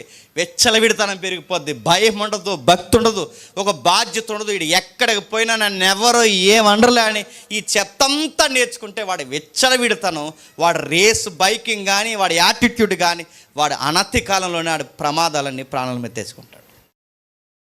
నేను మళ్ళీ అడుగుతున్నాను, వీళ్ళు ఇలా పాడైపోవడానికి కారణం వీళ్ళ పేరెంట్స్ వాళ్ళకి చెప్పలేదు. ఎందుకంటే కొత్త దేశంలో బిజీ అయిపోయారు. కొత్త దేశం, కొత్త పరిస్థితులు, కొత్త ప్రజలు, కొత్త మాటలు, కొత్త వంటకాలు, కొత్త తిల్లు, అన్నీ కొత్త తిల్లు. కానీ ఉల్లిపాయ కూర తినేవారు అక్కడ ఐగుప్తిలో ఉన్నప్పుడు. కొత్త తిల్లు, ఇవన్నీ వండుకోవడంలో బిజీ అయిపోయారు. అసలు విషయాన్ని గాలికి వదిలేశారు. ఏ గాలికి? పూర్తిగా గాలికి వదిలేసి బయలువైపుకి తిరిగిపోయేంత పనులు చేసి యెహోవా నెరగనంత ప్రజలను తీసుకొచ్చారు. వాళ్ళు ఉన్నంతకాలం నడిచి వెళ్ళిపోయారు. వాళ్ళు వెళ్ళిపోయారు, ఏం చెప్పలేదు. దేశాన్ని చక్కబెట్టుకొని నీ సరిదిదిరా, నా సరిదిదిరా, ఆ గోత్రికులు మీరు అందరూ ఆ పక్కన ఉండరా, ఈ గోత్రికులు అందరూ మీరు ఈ పక్కన ఉండరా, మా భూభాగాలు ఇవరా, నీ భూభాగాలు, ఇవి చెప్పుకోవడమే సరిపోయింది తప్ప యెహోవాను గూర్చి చెప్పలేదు. పూర్తిగా పాడైపోయారు. దేవుని గురించి చెప్పని ఏ పిల్లలైనా, ఏ కుటుంబమైనా తర్వాత తరం ఎలా తయారవుతుందో తెలుసా? గ్రంథాలు కళ్ళ ఎదుటుంటాయి కానీ ఆ గ్రంథంలో ఉన్న దేవుడు ఎవరికి తెలియదు. ఇశ్రాయేలుకి తర్వాత తరానికి తెలియలేదు. ఇప్పుడు ఒక మాట గమనించండి, మన పిల్లలు పెద్దలతో మాట్లాడుతుంటారు. ఆ మాట్లాడేది కూడా వాక్యానుసారంగా ఉందా లేదని కనిపెట్టుకోవాల్సింది ఎవరండి? మనము. వాడు టీవీ చూస్తున్నాడు, ఆ టీవీ చూసేది, ఆడు చూసే సిరీస్ అవి వాక్యానుసారమా, వాక్యానికి వ్యతిరేకంగా ఉన్నాయా అని కనిపెట్టుకోవాల్సింది ఎవరండి? తల్లిదండ్రులు. వాడు బయటికి పోతున్నాడు, ఫ్రెండ్స్ సర్కిల్ ఏంటి కనిపెట్టుకోవాల్సింది ఎవరండి? తల్లిదండ్రులు. వాడు మొబైల్ ఇస్తాం, ఏ యాప్స్ ఓపెన్ చేస్తున్నాడు, ఏ సైట్స్లోకి వెళ్తున్నాడు, ఎక్కువ ఏం చూస్తున్నాడు కనిపెట్టొద్దండి. ఇవన్నీ కనిపెడితే బాధపడతారు. ఏం పిల్లలంటే ఇప్పుడు బాధపడతారు అనుకుంటే తర్వాత చాలా బాధపడతావు. నేను సీరియస్గా చెప్తున్నాను. నేను బాధపడుతుంటే అనుమానిస్తున్నావు మమ్మీ అంటే, అవునరా నువ్వు వజ్రమని అనుమానిస్తున్నానని చెప్పు, ఏం పర్లేదు, అనుమానిస్తున్నాను రా, జనరేషన్ బాగాలేదురా, అనుమానిస్తున్నాను నాన్న, నా అబ్జర్వేషన్లో బెటరా, నువ్వు ఎక్కువ మాట్లాడితే తలకు సీసీ కెమెరా కట్టేస్తాను రా అని చెప్పు. చెప్పు, నువ్వు చెప్తావా? మళ్ళీ తిరిగేసి ఏమంటారు చెప్పినా, మా బంగారం అలాంటి పని చేయడు. అవునులే నీకు బంగారమే, బయట బూడిదాడు, మీ బంగారం ఏమీ చేయలే. నేను సీరియస్గా చెప్తున్నాను. కనిపెట్టుకోవాలి, వీళ్ళు కనిపెట్టలేదు. అందుకే దేవుడు గ్యాప్ లేకుండా ఒక ఆజ్ఞ ఇచ్చాడండి, ఇది అలానే ఉంచండి. గ్యాప్ లేకుండా ఎంతగా పిల్లల్ని పట్టుకోమన్నాడు ఒకసారి ద్వితీయోపదేశకాండం చూడండి, 6వ అధ్యాయం. జాగ్రత్త, రేపొద్దున మీ అందరికి పిల్లలు అవుతాయి, మీకు పిల్లలు పుడతారు. అప్పుడు ఈ అధ్యాయాలు జ్ఞాపకం పెట్టుకోండి. ద్వితీయోపదేశకాండం 6వ అధ్యాయం, ద్వితీయోపదేశకాండం 6వ అధ్యాయం మొదటి వచనం చూడండి. నీవును నీ కుమారులను, నీ కుమారులు అంటే నీవు, నీ కుమారులు, నీ కుమారులు అంటే 3 జనరేషన్స్. అంటే నీవు, నీ తర్వాత తరం అంటే మనవళ్ళ తరం వరకు నీ దేవుడైన యెహోవాకు భయపడి నేను నీకు ఆజ్ఞాపించే ఆయన ఆజ్ఞలన్నీ నీ జీవిత దినములన్నింటినీ గైకొనుచు నీవు దీర్ఘాయుష్మంతుడు అగునట్లు మీరు స్వాధీనపరచుటకు ఏరు దాటి ఎల్లుచున్న దేశమందు మీరు జరుపుకొనుటకు మీ దేవుడైన యెహోవా ఆజ్ఞాపించిన ధర్మమంతయు అనగా కట్టడలు విధులు ఇవే. కాబట్టి ఇశ్రాయేలు నీ పితరుల దేవుడైన యెహోవా పాలు తేలు ప్రవహించే దేశములో మేలు కలిగి బహుర అభివృద్ధి పొందినట్లు ఉమ్, ఉమ్ అని చెబుతూ 6వ వచనంలో, నేడు నీకు ఆజ్ఞాపించి నీ మాటలు నీ హృదయంలో ఉండవలను, నీవు నీ కుమారులకు వాటికి అభ్యసింపజేసి నీ ఎంట కూర్చున్నప్పుడు, త్రోవ నడిచినప్పుడు, పండుకున్నప్పుడు, లేచినప్పుడు వాటిని గూర్చి మాట్లాడమన్నాం. కనీసం మనం ఎంత అన్నామంటే ఒక గంట ఇమ్మన్నాం. దేవుడు ఏమన్నాడండి? దేవుడు ఎన్ని జోన్లు చెప్తున్నాడు చూడండి, ఎన్ని చెప్తున్నాడండి. వారిని ఏం చేయాలట? నీ ఇంట్లో ఉన్నప్పుడు దేవుని మాటలు చెప్పు. నెక్స్ట్, నీ ఇంట్లో ఉన్నప్పుడు, ఇంట్లో కూర్చున్నప్పుడు వాళ్ళతో మాట్లాడు, త్రోవను వెళ్తున్నప్పుడు మాట్లాడు, నడుస్తున్నప్పుడు మాట్లాడు, పడుకున్నప్పుడు మాట్లాడు, లేచినప్పుడు మాట్లాడు. 24 అవర్స్లో ఎక్కువ గంటలు వాళ్ళతో ఏం మాట్లాడాలి? నువ్వు ఏం మాట్లాడాలి చెప్పు? దేవుని గురించి మాట్లాడాలి. దేవుని గురించి మాట్లాడకపోతే వీళ్ళు ఎలా తయారవుతారు? యెహోవాని ఎరగని చెప్పండి తరాలు పుట్టుకొస్తారు. అందుకే చూడండి, చాలామంది క్రైస్తవ కుటుంబాల్లో పుడతారు, కానీ క్రైస్ట్ అంటే ఏంటో వాళ్ళకి సరిగా తెలియదు. ఎందుకు? వాళ్ళ పేరెంట్స్ కన్నారు తప్ప ఏం చెప్పరు చెప్పండి వాళ్ళకి. క్రైస్ట్ గురించి చెప్పరు. మరి ఏం చెప్తారు? ఆ సొక్కేసుకొని ఫ్యాంట్ మీదకి అని చెప్తారు.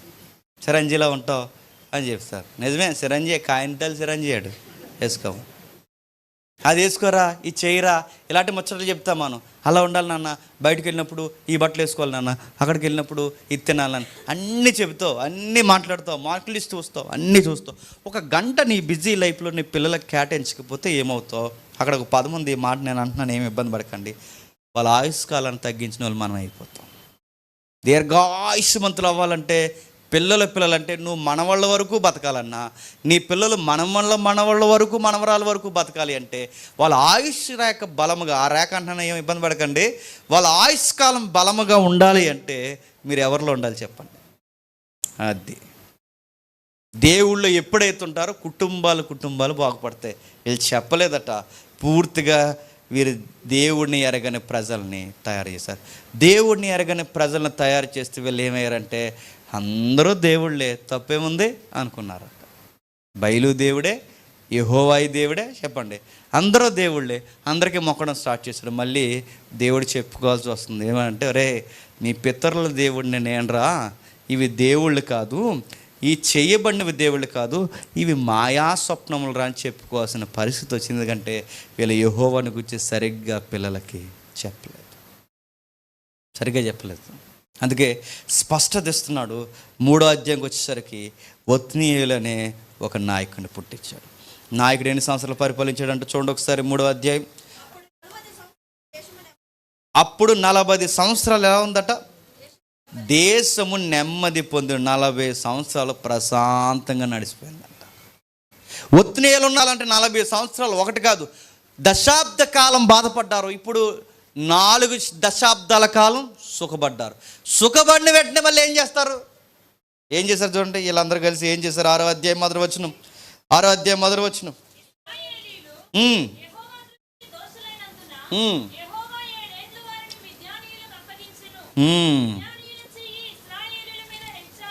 ఇశ్రాయేలు మీద ఇచ్చాయను గనుక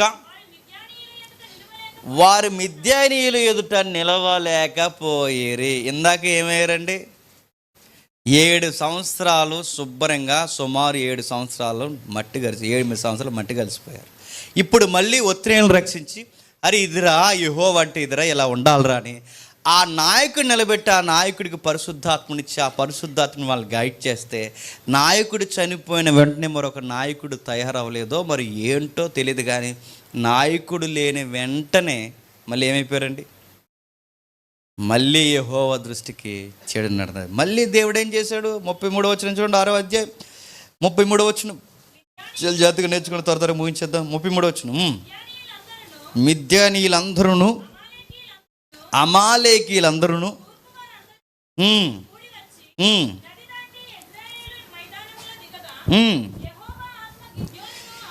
యెహోవా ఆత్మ గిద్యోనును ఆవేశించి అతడు బోర ఊదినప్పుడు అతని యొద్దకు వచ్చి, అప్పటి వరకు ప్రజలు ఏం చేస్తున్నారు? చెదిరిపోయి ఉన్నారు. సుమారు ఎన్ని సంవత్సరాలు? 7 సంవత్సరాలు పిరుకోలైపోయారు, భయపడిపోయారు. చివరికి గిద్యోను కూడా చాలా పిరుకోడు. చాలా భయపడిపోతున్నారు. ఎవరో చూడలేని టైంలో ఏం దులుపుకోవడానికి వెళ్ళాడట గిద్యోను?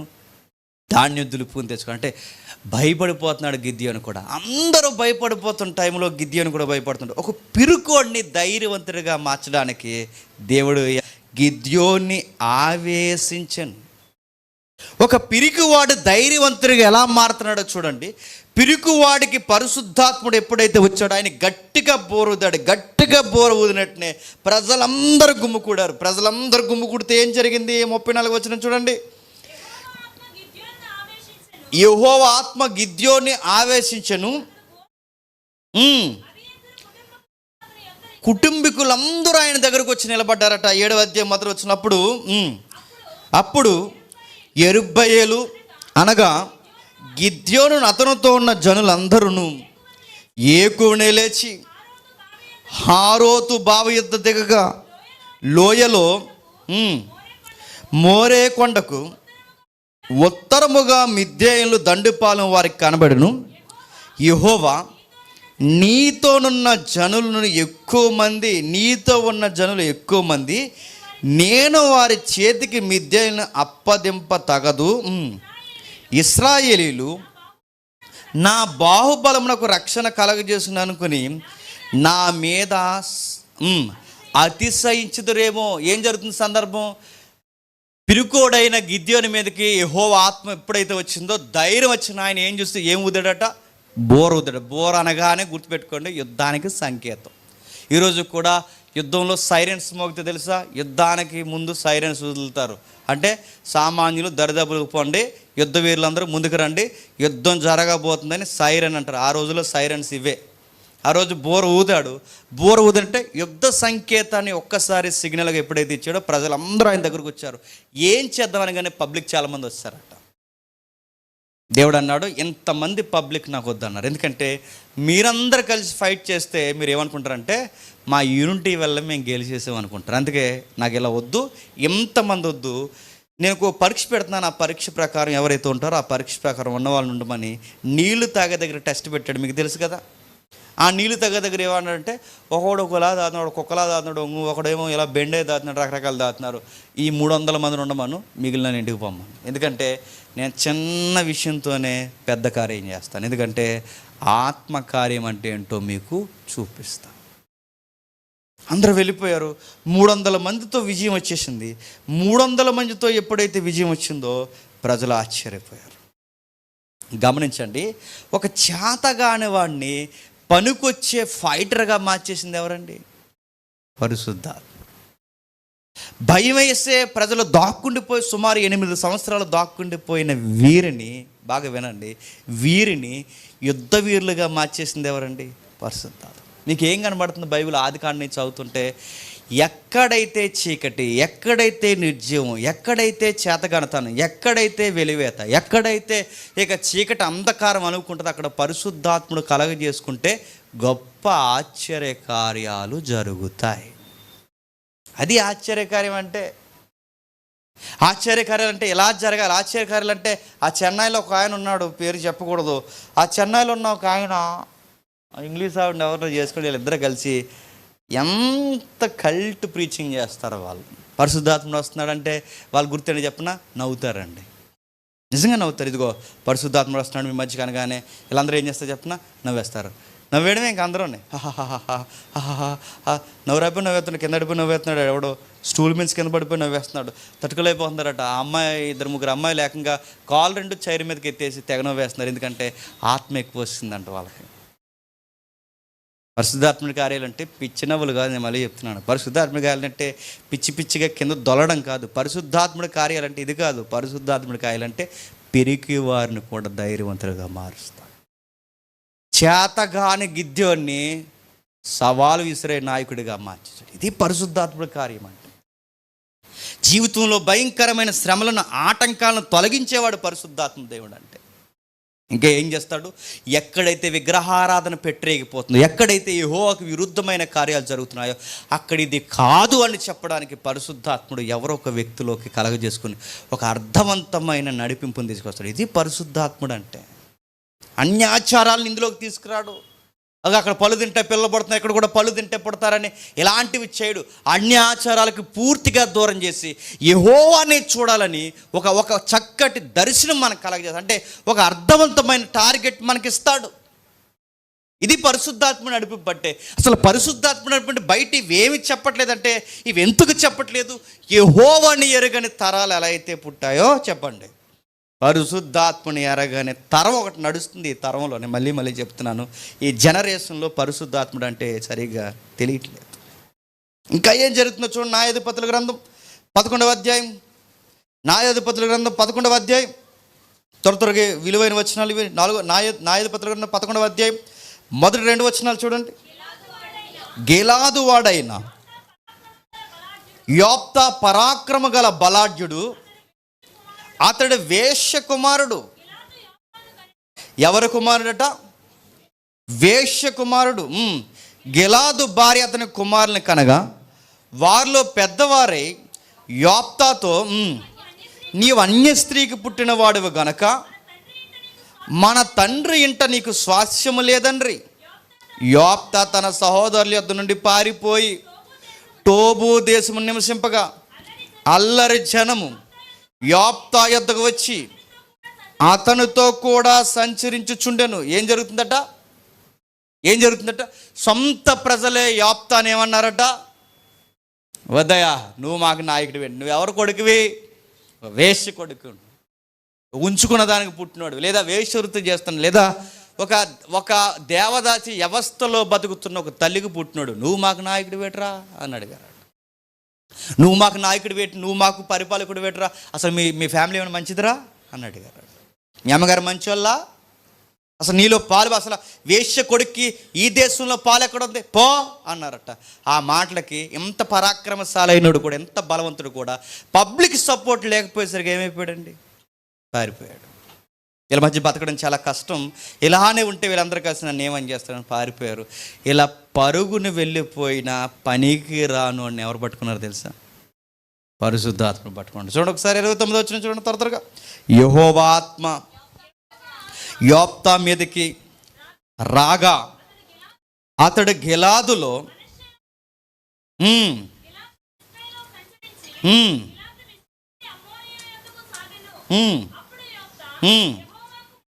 యెహోవాకు మొక్కుకొనెను. జరిగిన సందర్భం మనకు తెలుసు. యోప్తా మీదకి ఎవరు వచ్చారట? పరిశుద్ధాత్ముడు. మళ్ళీ నేను చెప్తున్నాను, పరిశుద్ధాత్ముడు ఎవరిని ఎంచుకుంటున్నాడు చెప్పండి? అర్హత లేనోని ఎంచుకుంటున్నాడు, గుర్తుపెట్టుకోండి. ఎవరట? ఒక వేశ్య కొడుకు. మరొక విషయం చెప్పాలి, కనీసం ఈ ట్రెండ్ని ఒప్పేస్తున్నాం, కనీసం సబ్జెక్ట్ లేని వాళ్ళని కూడా, నేను అలాంటి సబ్జెక్ట్ అంటే మీరు బయట స్టడీ కోసం కాదు, అరే ఈడా అన్నవాడిని కూడా ఉపయోగించుకుంటాడు. చేపలు పట్టే పేతురే పండితుడయ్యాడు. పామరులైన వేళ ఎంత జ్ఞానం బోధిస్తుంది? పామరులైన వాళ్ళే బోధిస్తున్నారు. ఏమైంది? పెంతుకొస్తు దినాన్న వాళ్ళకి పరిశుద్ధాత్ముడు వచ్చాడు. మాటలు అర్థమవుతున్నాయా? అంటే మనం ఎక్స్పెక్ట్ చేయలేని వ్యక్తులను కూడా ఆశ్చర్యకరంగా తన కార్యాలు జరిగించే ఆ వ్యక్తిని ఉన్నతమైన స్థాయిలో నిలబెట్టే వ్యక్తి ఎవరు చెప్పండి? పరిశుద్ధాత్మ. ఒక వేశ్య కొడుకుని నాయకుడిని చేశాడు, ఒక పిరుకు గిద్యోన్ని నాయకుడిని చేశాడు, ఒక ఒత్నియేల్ని ఇశ్రాయేలుకి దారి చూపించే న్యాయాధిపతిని చేసేసాడు. అంటే ఇవన్నీ చదువుతుంటే మనకేమనిపిస్తుందండి? పరిశుద్ధాత్ముడు ఎక్కడుంటే అక్కడ పనికి రాని వారు పనికొచ్చేవారిగా మారుతారు. పిరుకోలు ధైర్యవంతులు అవుతారు, పనికి రానోళ్ళు పనికొచ్చే పాత్రలు అవుతారు. అసలు ఏ విధంగా వీడికి బొత్తిగా తెలివితేటలు లేవు, ఎలా బతుకుతాడురా అన్నవాడు కూడా మనకు తెలివితేటలు నేర్పించేంత తెలివైనడు అవుతాడు. గుర్తుపెట్టుకో. నిజంగానే వీడు పరమ ముద్దు అంటారు చూసారు స్కూల్లో, వాడు దేవుళ్ళలోకి వస్తే అందరికీ ముద్దు వచ్చేంత కుమారుడు అవుతాడు. గుర్తుపెట్టుకో. పరిశుద్ధాత్ముడి కార్యాలు అంటే ఎలా ఉంటాయంటే మనుషుల్ని ఆశ్చర్యకరమైన వ్యక్తుల్లో తయారు చేస్తారు తప్ప అని నవ్వేలా తయారు చేయడు. నవ్వుతున్నారు కదా స్టూల్లో కూర్చుని, నవ్వుతున్నారు, కింద పడుతున్నారు, అది కాదు పరిశుద్ధాత్ముడు అంటే వాళ్ళని చూస్తుంటే ఇంటెలిజెన్స్లా కనబడతారు. గుర్తుపెట్టు. అంత బాగా వాడబడతారు వాళ్ళు, అంత బాగా సొసైటీకి ఒక దిక్చూసి అయిపోతారు. న్యాయాధిపతులు అలా చదువుకుని వస్తే 11వ అధ్యాయంలో మరొక ఆయన కనబడతారు. త్వరగా ముగించేసుకుందాం. 13వ అధ్యాయం చూడండి, మొదటి వచనం.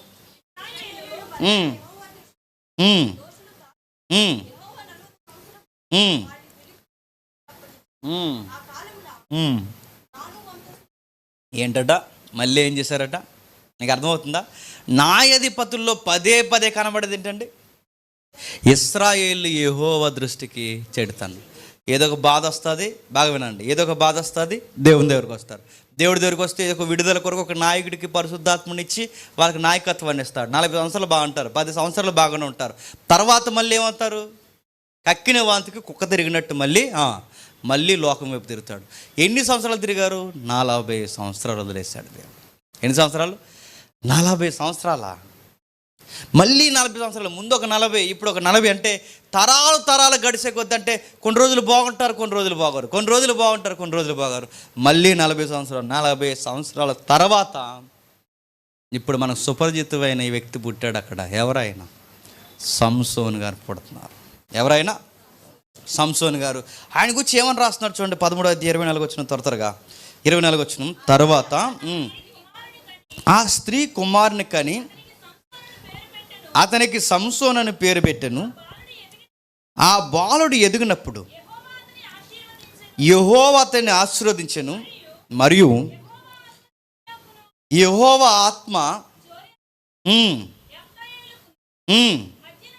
మధ్యనున్న మహానేను దానిలో అతన్ని రేపుట మొదలుపెట్టిన. అంటే లోపల ఒక మండే అగ్నిలా లోపల ఒక మనిషిని రెచ్చగొట్టేది ఎవరు చెప్పండి?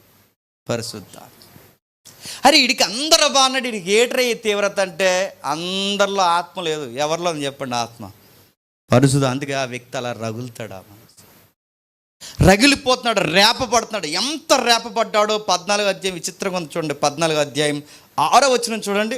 యెహోవా ఆత్మ అతన్ని ప్రేరేపింపగా అతని చేతిలో ఈ భలే ఉంటుందండి ఈ పదం, ఏమీ లేకపోయినా ఒకడు మేక పిల్లను చీల్చినట్లు అతడు దానిని చీల్చాను. ఏమీ లేకపోయినా దేన్ని చీల్చేశాడట? సింహాన్ని. అడుగుతున్నాను, క్వైట్ ఆపోజిట్ చదువుదాం. ఏమీ లేకపోయినా సింహాన్ని మేక పిల్లని చీరినట్టు చీరేశాడట. ఇప్పుడు మనం రివర్స్ చదువుకుందాం. అసలు మనం మేక పిల్లనైనా చీరగలమా? మేక పిల్లని మొఖం మీద దండేది మనల్ని. అది మాట వింటుంది, అది మేకపిల్లే మాట వింటదు. ఏమీ లేకుండా మేకపిల్లని చీరగలమా? మన వల్ల అవదు. అరే ఏమీ లేకుండా సింహాన్ని ఎలా చీరేశాడు అయ్యా, అసలు ఎలా చీరేయగలిగాడని. కానీ అందరం ఏమనుకున్నాం అంటే సంసోన్ అంత హైట్ ఉండి, ఇంత చెస్ట్ ఉండి, ఇంత చక్కటి ఉదారసభ సోలర్ హైట్ మొత్తం అంత ఉండి, సంసోన్ చూస్తే అదో రకమైన కట్అవుట్ ఉండే. అలా లేదు బైబిల్లో. సంసోన్ గారి కండలు వీరడం లేదు బైబిల్లో ఎక్కడ మీరు చూడండి. సంసోన్ గారు ఆయనకి 6 ప్యాక్ బాడీ ఉందని లేదు బైబిల్లో. మరి సింహాన్ని ఎలా చీరేశాడు? అక్కడ ఉంది, యెహోవా ఆత్మ ఆయన మీదకి వచ్చినప్పుడు సింహాన్ని చీరేశాడు. ఇంకా మీకు డౌట్ రేజ్ చేయడానికి కొన్ని పాయింట్స్ నేను లేపుతాను. సంసోన్ ఎలా ఉండేవాడంటే, ఇప్పుడు మనం అందరం ఎలా ఉండేవాళ్ళం చెప్పండి? అలాగే ఉండేవాడు. అంటే కండలు వీరుడు సూర్యుడు కదంటే కాదు. అలా ఎలా డిక్లేర్ చేయగలరంటే, నేను మరలా ఒక ప్రశ్న అడుగుతాను, చెప్పండి. నీ బలం ఎందులో ఉందని అడుగుతున్నారంటే ఆ ప్రశ్నకి అర్థం ఏంటండి? చూడ్డానికి ఆ మనిషి అలా లేడు. నా మాట అర్థమవుతుందా? మరి నువ్వా పావును కొట్టేహో అన్నావంటే దాని అర్థం ఏంటి? ఆడు అలా లేడు, పావును కొట్టేలో ఉన్నాడా? నువ్వా బకెట్ ఎత్తేసావంటే ఆడనే మనం ఎత్తాల్సి వస్తుంది, అలా ఉన్నాడు. నా మాటలు అర్థమవుతున్నా? నువ్వు బకెట్ ఎత్తేసావా, నువ్వు పావును కొట్టేసావా అంటున్నావంటే ఆ మాటలకు అర్థం ఏంటంటే ఆడ ఆ పనులు చేయలేడు. నీ బలం ఎందులో ఉందని అడుగుతున్నారంటే ఆ మనిషి చూడడానికి ఎలా ఉన్నాడు చెప్పండి? జనరల్గా ఉన్నాడు, కానీ చేసే పనులు మాత్రం చెప్పండి.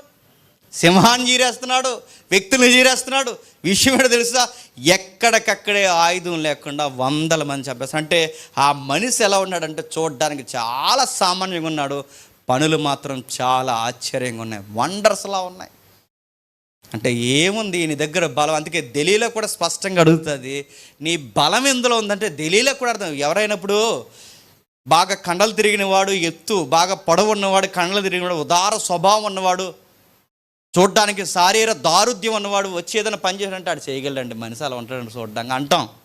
నా మాటలు అర్థమవుతున్నాయి? ఆడు చూడడానికి, ఆడు కొట్టకపోతే ఎవడు కొడతాడండి? ఆడ బకెట్ ఎత్తేయగలడు. ఆడు చూడండి ఎలా ఉన్నాడు, ఎద్దులే కదా, ఎత్తేస్తాడు అంటాము. అలా మనిషిని చూసి అనగాను, కానీ మనిషిని చూశాడు ఆ పని చేయగలడు అనగాను. ఇప్పుడు సింహాన్ని చంపేశాడు అనగానే ఇలాంటి కార్యాలు చేస్తున్నానంటే నీకు ఇంత పనులు ఎలా చేస్తున్నావు, నీకు బలం ఎందులో ఉందన్నగా అని అడుగుతున్నారంటే సంసోను పీలగా ఉన్నాడండి. చూడ్డానికి పీలగంటే అందరిలాగే ఉన్నాడు. మనం అనుకున్నట్టు పెహలవాన్లా లేడైనా, సామాన్యంగా ఉన్నాడు. అందుకే ఆయన చేసే కార్యాలు రికార్డ్ చేశాడు. ఎలా చేయగలుగుతున్నారు తెలియలు కూడా అడిగింది.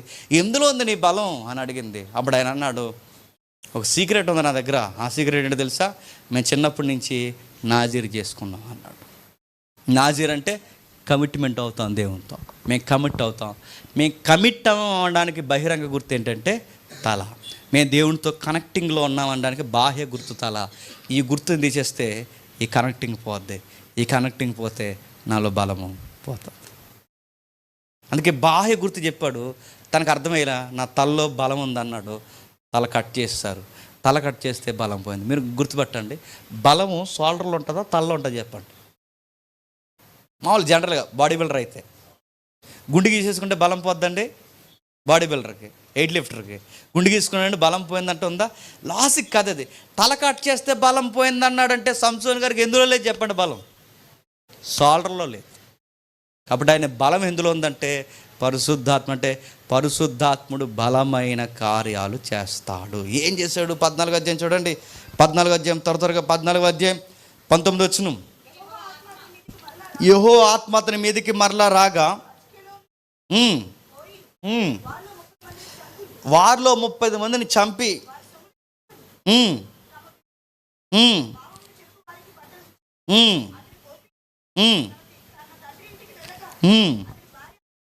అతని భార్య అతని స్నేహితుడిని భావించుకొని అతని చెలికాయనికి ఈ బండ్ను ఎంతమంది చంపేశాడంటండి? 30 మందిని చంపేశాడట. మరో వచనం చూడండి. 15వ అధ్యాయం 14-15 వచనాలు చూడండి. 15వ అధ్యాయం 14-15 వచనాలు. అతడు లేహీకి వచ్చే వరకు ఫిలిస్తీన్లు అతను ఎదుర్కొని కేకలు వేయగా యెహోవా ఆత్మ అతని మీదకి బలముగా వచ్చెను. కట్టబడిన తాళ్ళు అగ్ని చేత కాల్చబడిన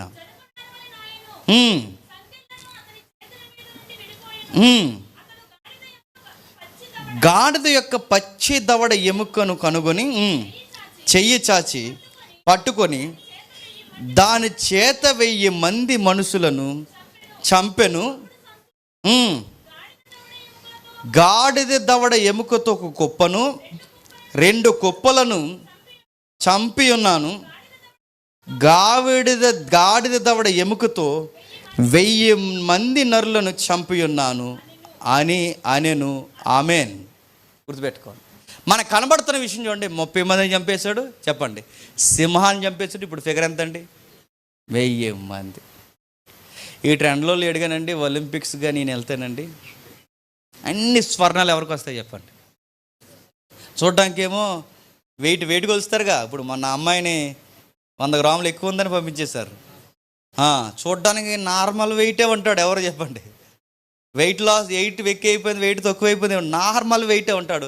కొడితే మాత్రం ఎంతమంది సార్? 1-2 కాదు సార్, అందరిని ఒకేసారి పంపండి అంటాడు. 1000 మందిని ఎలా కొట్టేశారు సార్ అంటే బైబిల్ స్పష్టంగా చెప్తుంది, పరిశుద్ధాత్ముడు ఉండడం వల్ల కొట్టేశాడట. పరిశుద్ధాత్మ అనగానే నేను అడుగుతున్నాను, పేలగా చూడడం, దిక్కులు చూడడం, ఎక్కిలు నవ్వులు నవ్వడం, బట్టలు జారిపోతున్నప్పుడు తెలియకుండా ఎగరడం, తన్మయత్తన చెందడం, పళ్ళు పలహారాలు తినడం, ఇది కాదండి పరిశుద్ధాత్మ. బైబిల్ అలా చెప్పట్లేదు. పరిశుద్ధాత్ముడు ఏం చెప్తున్నాడో తెలుసా? పిరికి వారిని ధైర్యవంతులను చేస్తాను, బలహీనుల్ని బలవంతులను చేస్తాను, అడ్డొచ్చిన ఎర్ర సముద్రాన్ని చీల్చేస్తాను, నిరాకారమైన దగ్గర ఆకారాన్ని తీసుకొస్తాను, చీకటి దగ్గర వెలుగును పుట్టిస్తాను, జీవితాన్ని నూతన సృష్టిగా మార్చేస్తాను. ఇది కదా పరిశుద్ధాత్మ మనకు బైబిల్లో కనబడుతున్నది. ఈ పరిశుద్ధాత్మ మనకు అర్థమవుతున్నాడు. కానీ బయట ఎందుకు పరిశుద్ధాత్ముడు అలా ఉన్నాడంటే జనాలు అలాంటివే నమ్ముతున్నారు, ప్రజలు అలాంటివే నమ్ముతున్నారు. అందుకే నెక్స్ట్ వీక్ మనం చూద్దాం, వచ్చే వారం చూద్దాం. టైం అయిపోయింది. ఫస్ట్ మెసేజ్ టైం మెయింటైన్ చేయండి, ఎందుకంటే నా సబ్జెక్ట్ ఇంకా ఉండిపోయింది. నెక్స్ట్ చాలా విషయాలు ఉన్నాయి. దావీదు దగ్గర కానీ, సమూయేలు దగ్గర కానీ, సౌలు దగ్గర కానీ పరిశుద్ధాత్మ గురించి మనం మాట్లాడుతున్నప్పుడు ఏముంది పరిశుద్ధాత్ముడు అంటే చాలా విచిత్రమైన కార్యాలు చేశాడు. ఒకసారి చూడండి, యెషయా గ్రంథం చివరి వచనం, యెషయా గ్రంథం మొదటి 2 వచనాలు, యెషయా గ్రంథం మొదటి 2 వచనాలు, యెషయా గ్రంథం మొదటి 2 వచనాలు, యెషయా గ్రంథం 11వ అధ్యాయం మొదటి 2 వచనాలు, యెషయా గ్రంథం 11వ అధ్యాయం మొదటి 2 వచనాలు. యెషయా ఈ మొద్దు నుండి చిగురు పుట్టెను,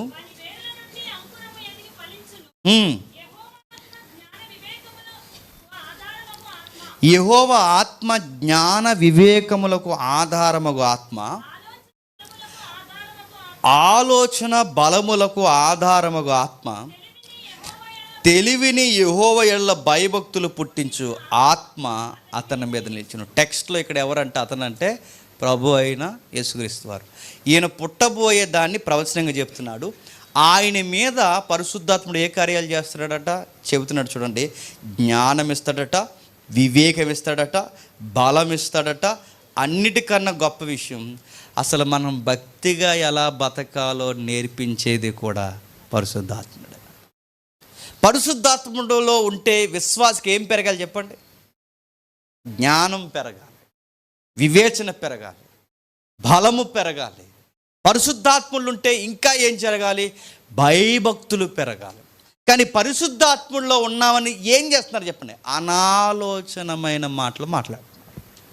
పరిశుద్ధాత్మలు ఉన్నామని ఎలా బిహేవ్ చేస్తున్నారు చెప్పండి? సొసైటీకి బాగా వినాలి, సొసైటీకి వింతగా కామెడీగా ప్రవర్తించే, అసలు కనీసం లాజిక్ లేని విషయాలు మాట్లాడుతున్నారు. పరిశుద్ధాత్మలు ఉంటే ఎలా ఉంటుంది? అరే ఇంత పాండిత్యం వీళ్ళకి ఎలా వచ్చిందంటే బయట వాళ్ళు చెప్పుకోవాలి, వాళ్ళు ఎవరో పని చేస్తున్నారు, ఎవరు అంటే వాళ్ళ ఆత్మదేవుడురా అని చెప్పుకోవాలి. అందుకే దేవుడు మనకిచ్చిన గొప్ప బహుమానం ఏంటో తెలుసా? పరిశుద్ధాత్ముడినే దేవుడు మనకి బహుమానం. ఈయనుంటే ఏమవుద్ది? నాలెడ్జ్ వస్తుంది మనకి. చదువు సంధ్య లేకుండా గుర్తుపెట్టుకోండి, భయభక్తులు, యెహోవా యందు భయభక్తులు కానీ జ్ఞానం వస్తుంది. సొసైటీలో ఎలా బ్రతకాలన్న జ్ఞానం కూడా మనకు వస్తుంది. నీ జ్ఞానం పెరగాలంటే సూత్రం ఒకటే, పరిశుద్ధాత్ముడు. బైబిల్ చెప్పింది, నీ జ్ఞానం కావాలా? దేవుడిని అడుగు, ఆయన నీకు ధారాళంగా ఇస్తాడు. ఆ జ్ఞానం ఎవరో కాదు, పరిశుద్ధాత్ముడు. గుర్తుపెట్టుకో. ఖచ్చితంగా సొసైటీలో ఎంత తెలివిగా నువ్వు ఎలా బ్రతకగలుగుతున్నావంటే బైబిల్ పట్టుకున్న తర్వాత నీకు అర్థమవుద్ది, నేను ఆత్మలో నడిపింపబడుతున్నాను. ప్రతి తింగరదానికి బాగా విన్నారు, ప్రతి తింగర విషయానికి, ప్రతి తింగరదానికి, ప్రతి పరిస్థితికి నువ్వు ఎలా పడితే నేను అలా అయిపోయానండి, నాకు తెలియట్లేదండి అంటే ఎలా తెలియట్లేదు, నడుతున్నాను ఎలా తెలియదు అంటే ఆత్మ లేదా? మీరు ఆత్మను పౌలు గారు అడిగారుగా, అసలు మీరు పరిశుద్ధాత్మని పొందుకున్నారా అని అడిగాడు. పొందుకుంటే గాలికి ఎగిరి పొట్టులాగా ఎగర్రు. మీరు పరిశుద్ధాత్మను పొందుకోకపోతే గాలికి ఎగిరి పొట్టులాగా ప్రతి విషయాన్ని నమ్ముతారు. జ్ఞానం ఉన్నవాడు ప్రతి సంగతినే నమ్మడట, జ్ఞానం లేనివాడు ప్రతి అడ్డగోలు మాటను నమ్ముతాడట. ఈరోజు వచ్చి ఈడేమో ఎలాగంటాడు పరిశుద్ధాత్మని, రేపు ఇంకొక ఆయన వచ్చి ఆయన అలా అంటాడు, మరొక ఆయన వచ్చి నేను ఈ అమ్ముతున్నాను అంటాడు, మరొక ఆయన వచ్చి పర్లేదు అంటాడు. ఇవన్నీ మనకు రైట్ అనిపిస్తున్నాయి అంటే నీకు ఏం పని చేయట్లేదు చెప్పు? జ్ఞానం పనిచేయట్లేదు. జ్ఞాన వివేచన వరం ఇచ్చి బలం ఇచ్చి ఒక మనిషిని ఇంటెలిజెంట్లా మార్చేది ఎవరంటే పరిశుద్ధాత్మ. అరే ఒకప్పుడు చిన్నప్పుడు ఎలా ఉండేవాడురా, వీడికి నీ తెలివితేటలు ఇంత చక్కగా, అసలు వీడు ఒక ఇంత వ్యక్తిగా అనేకులకు నేర్పించే వ్యక్తికి వీడు ఎలా మారాడురా అనగానే అందరికీ ఆశ్చర్యంగా ఉండాలి. వాడి జీవితంలో ఆత్మకార్యం జరిగినందుకే ఆడు పనికి రానోడు ఇంత పనికొచ్చేవాడిగా మారిపోయాడు. అదే నూతన సృష్టి అంటే పాత మనిషిని చెప్పండి క్రొత్త మనిషిగా పరిశుద్ధాత్ముడు ఏం చేస్తాడు చెప్పండి? మార్చేస్తాడు. మరి ఇంటికి వెళ్ళిన తర్వాత చదవండి, దావీదుతో మాట్లాడిన దేవుడు, సమూయేలుతో మాట్లాడిన దేవుడు, సౌలుతో మాట్లాడిన దేవుడు, పరిశుద్ధాత్మ దేవుడు ఈరోజు మనతో కూడా మాట్లాడుతున్నాడు. ఆయన దగ్గరకు వస్తే పనికొచ్చే పాత్రగా మనల్ని మార్చేస్తాడు. గొలియాతుని దావీదు కొట్టాడని మనం అనుకుంటాం, కానీ దావీదు వెనకున్నది ఎవరో తెలుసా? పరిశుద్ధాత్మ. సంసోను 1000 మందిని కొట్టాడు అనుకుంటాం, కానీ వెనకున్నది ఎవరు తెలుసా? పరిశుద్ధాత్మ. అపోస్తలుల గారిని చదువుతున్నప్పుడు ఇంత బలమైన కార్యాలు అపోస్తలు ఎలా చేయగలుగుతున్నారంటే వాళ్ళు వెనకున్నది ఎవరు చెప్పండి? పరిశుద్ధాత్మ. ఒక సంఘం బలమైన వాక్యం, బలమైన కార్యాలు చేయగలుగుతుందంటే వెనక ఎవరు ఉండాలి చెప్పండి? పరిశుద్ధాత్మ. ఎక్కడ పరిశుద్ధాత్ముడు ఉండడో ఆత్మ లేని దగ్గర ప్రజలు మళ్ళీ ఎటేపు తిరుగుతారు చెప్పండి? లోక సాంప్రదాయాలు, లోక దేవుళ్ళ వైపు తిరుగుతారు. అలా పోకూడదంటే మళ్ళీ చెప్తున్నాను, మనం అందరం మోకాళ్ళు వేసినప్పుడు, దేవా నీ పరిశుద్ధాత్మను మాకు అనుగ్రహించు, నీ జ్ఞాన వివేచనలకు ఆధారమగు ఆత్మను మాకు అనుగ్రహించు, మా మీద నింపు, మాకు తెలివితేటలు అనుగ్రహించే ఆత్మను మాకు దయచేయి. ఎలీసా అదేగా అడిగాడు. ఏలియాని నడిపించిన ఆత్మను నాకు 2 పాలు అని అడిగాడు. మీరు కూడా అడగండి. చదువులు బాగుంటాయి, మీ లైఫ్ స్టైల్ బాగుంటుంది, మీరు ఎక్కడున్నా చెడు విషయాలకు పోకుండా మీరు సరిగ్గా గైడ్ చేసే ఒక ఆత్మ గద్దింపు లోపల ఉంటుంది. మనతో వాదిస్తుంటాడు, రైట్ లాజిక్ ఏంటో మనకు చెప్తాడు, జ్ఞానం ఏంటో మనం నేర్పిస్తాడు. సొసైటీలో నిన్ను చూస్తే ఆడికిలా ఉండాలిరా అని ఒక రోల్ మోడల్గా నిన్ను మార్చేస్తాడు. ఇది పరిశుద్ధాత్ముడు అంటే. 5 వారాలు అయినాయి, ఇంకెన్ని వారాలు ఉన్నాయి? ఇంకో ఏడాది ఉంటుంది.